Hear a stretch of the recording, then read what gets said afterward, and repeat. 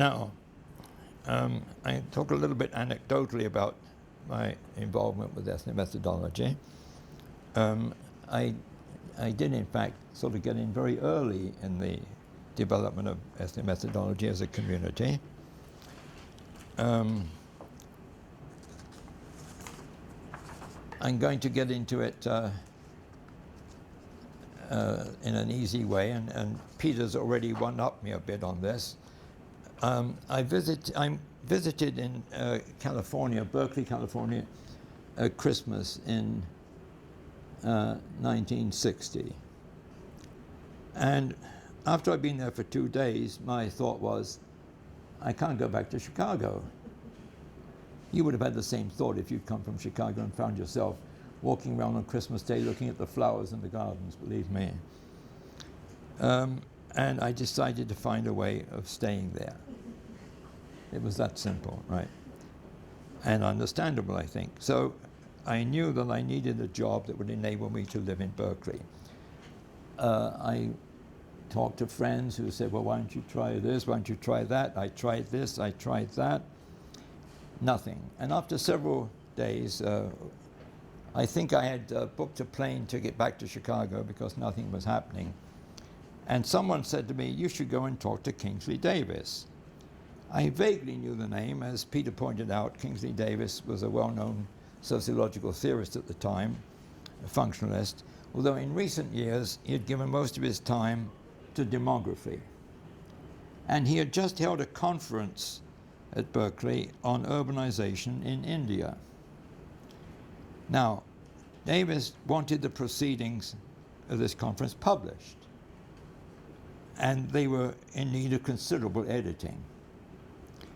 I persuaded him that I had editing skills, which was reasonably true, and at the same time I threw in that I was hoping to enter the PhD program in sociology, which was almost true.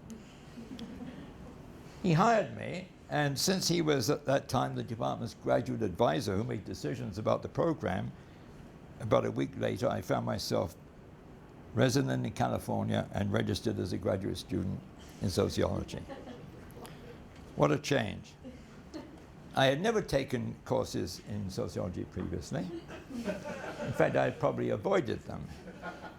I knew that the mainstream had a strong emphasis on the use of quantitative methods as well as a concern with theory. And these, as people would say at the time, were directed at the goal of explanation, capital E, as opposed to what was rather contemptuously described as mere understanding. I mean, who would want to engage in mere understanding?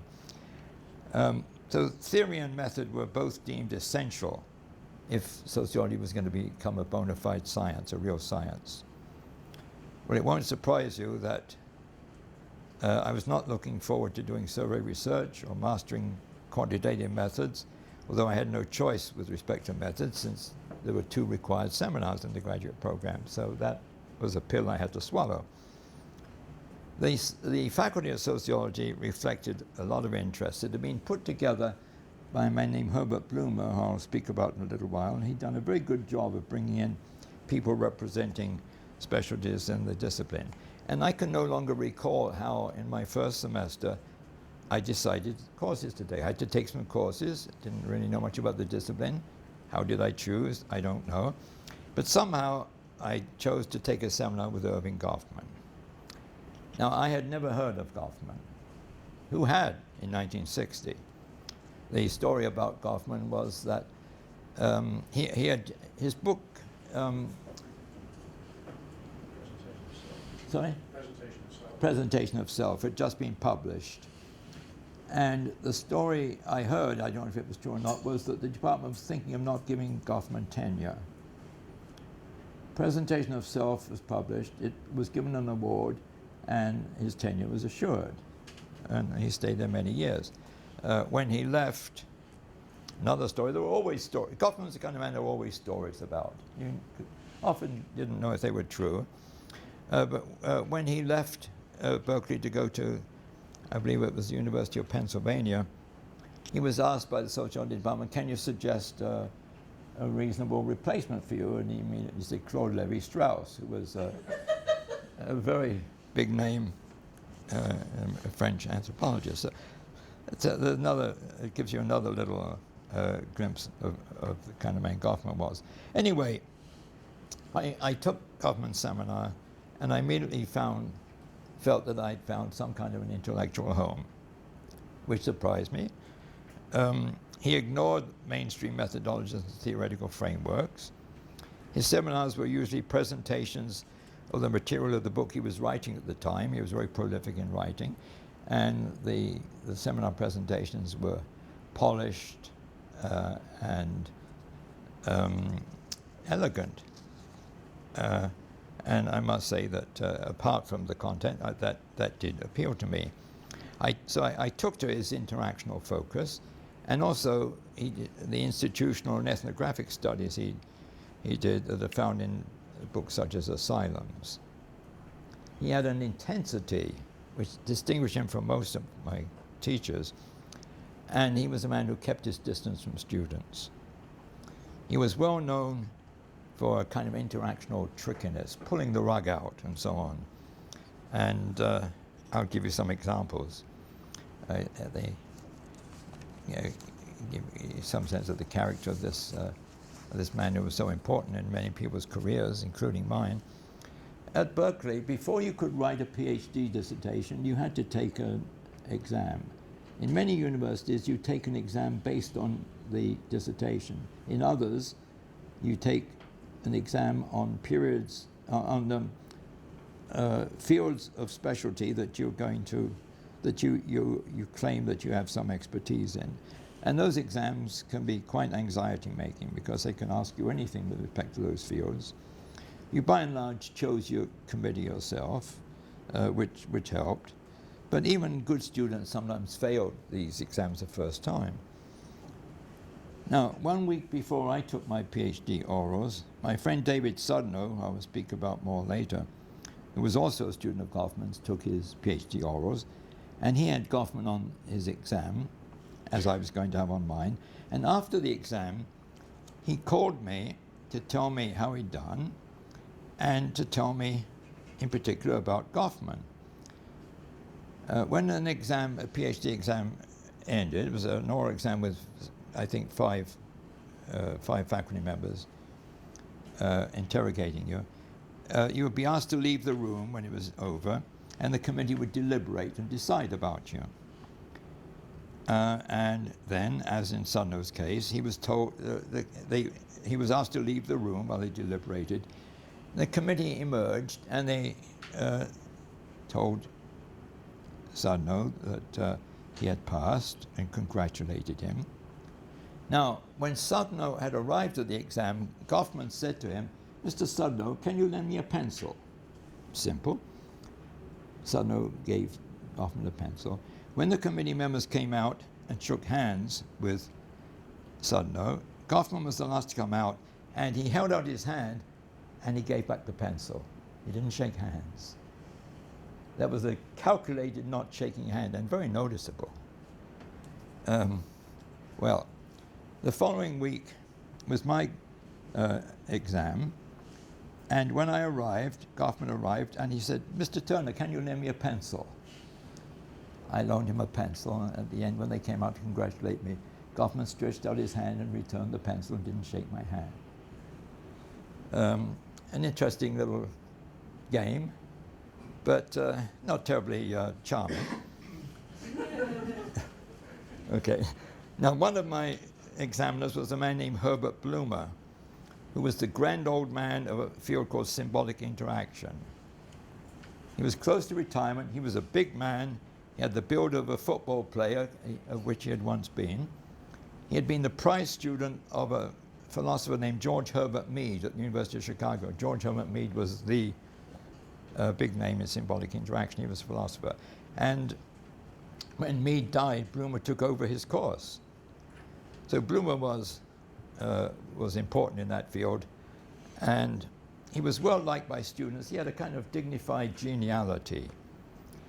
Now, before my committee was called to order, and there's a little bit of tension for me, not for them, Bloomer looked round and spoke up, and I don't know if he did this to set me at ease. It was a nice thing to do. The exam hadn't started, and he's just going to say something.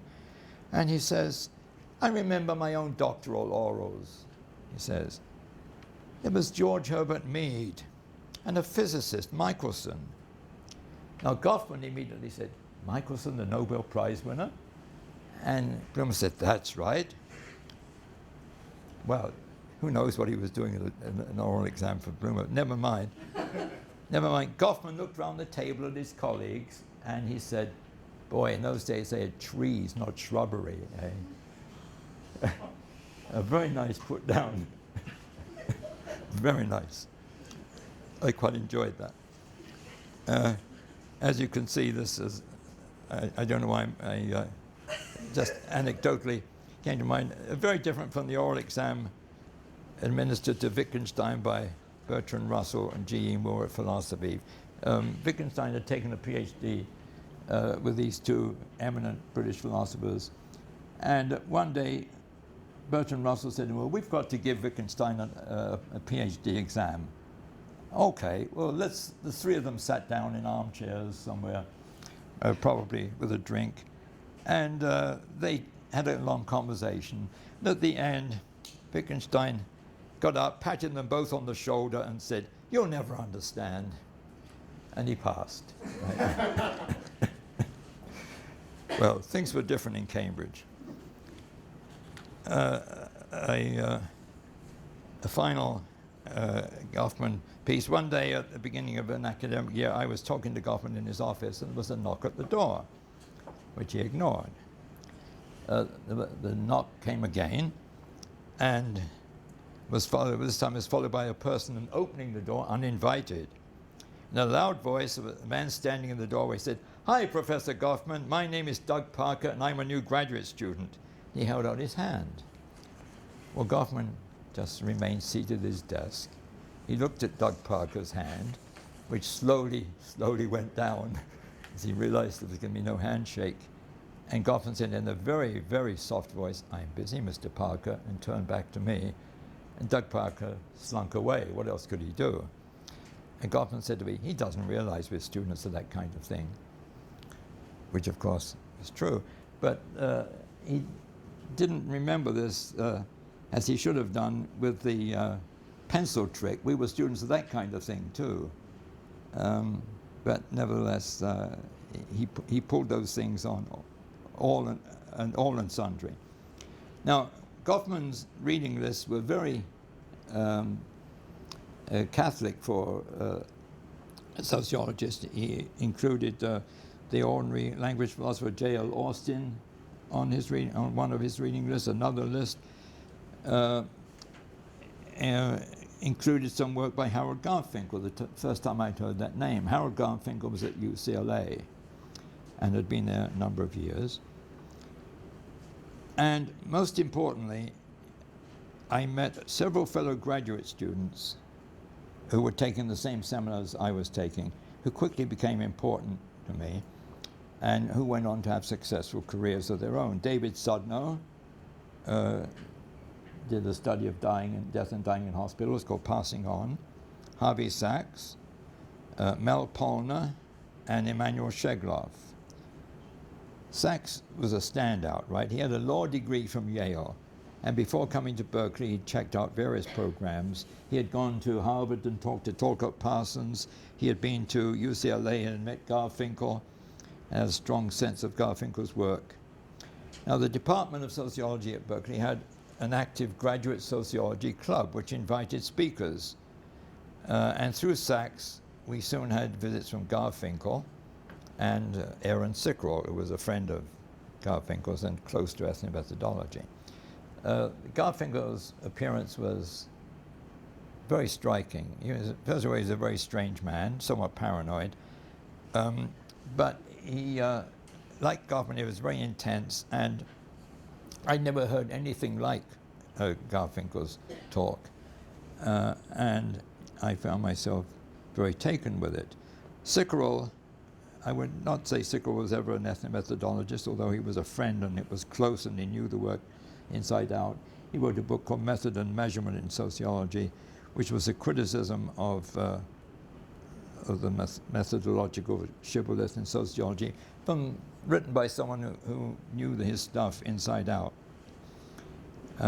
A year or so later, Sikorow spent a visiting term at Berkeley, and I became his teaching assistant. So quickly, a group formed attached to ethnomethodology, and this was in 1960. Harold Garfinkel's one major work, Studies in Ethnomethodology, did not appear in print until 1967. So we were a very early nucleus of students who were drawn to and in a sense became practitioners of one way or another ethnomethodology. There had obviously been another group at UCLA, Harold's own students, I suspect, people like Larry Weeder and Don Zimmerman were amongst that group. So this was really the beginning of a community of ethnomethodologists. And in the Berkeley group, I would say Sacks was really the most prominent, and he himself fairly soon started to develop what later came to be known as conversation analysis. And an odd thing was that while we were forming this group, so to speak, we all remained Goffman students. In a sense, we had to, because there was no one else on the faculty we could have worked with. And we all did our dissertations with Goffman, except for Polner, who left to go to Santa Barbara, while we were, in one way or another, following Garfinkel's work. So Goffman was not entirely happy about that, but we were his students, and he did get good work from his students. Sudnow's book, Passing On, if you're interested in ethnomethodology, is still well worth reading. Now, one of the reasons that I found ethnomethodology satisfying was that it did take seriously what I mentioned at the beginning, that notion that philosophers should not pretend to judge events if they were seated in an auditorium rather than on stage like everyone else. The thought existed, even if de Combe had not yet formulated it in that striking version. When I wrote the introduction to the Penguin anthology on ethnomethodology, which Peter referred to, the thread connecting the pieces, I argued in the introduction, was a concern with practical reasoning. And one of the things that I suppose was somewhat disturbing to the larger sociological community at the time was that the idea of practical reasoning was applied to the traditional pillars of sociology, theory and method. They were not privileged, but they were open to the same kind of investigation of instances of practical reasoning. When Sacks began conversation analysis, which I'm not going to go into any detail about, it had its own version of practical reasoning, focusing on the participant in the conversation as speaker and hearer as a practical analyst. And I would say, although I consider myself by then to have been a member in good standing of the new ethnomethodological community, I rapidly became something like a student of Sacks, who was a fellow student, of course, and took up conversation analysis. The background that I mentioned earlier in ordinary language philosophy helped in that it had sought to reverse a widespread philosophical disdain for the everyday that philosophers had by and large held. And that interest made me a natural, I think, for Sacks's work. And I particularly appreciated the fact that he went beyond the interest of most of the ordinary language philosophers in what words really mean, while at the same time those philosophers failed to show any interest in the practices of everyday life the embeddedness, and that Sacks took precisely that direction, right? Austin was the one exception in the ordinary language philosophers who had made at least a gesture in that direction. Utterances were understood as constituting the performance of actions, not merely making true or false statements. So even something like, "It's a lovely warm day," could be understood as a hint we should go for a walk. Right? Hinting is, after all, a pretty standard interactional motion, isn't it? Hinting. And one could write something interesting about hints.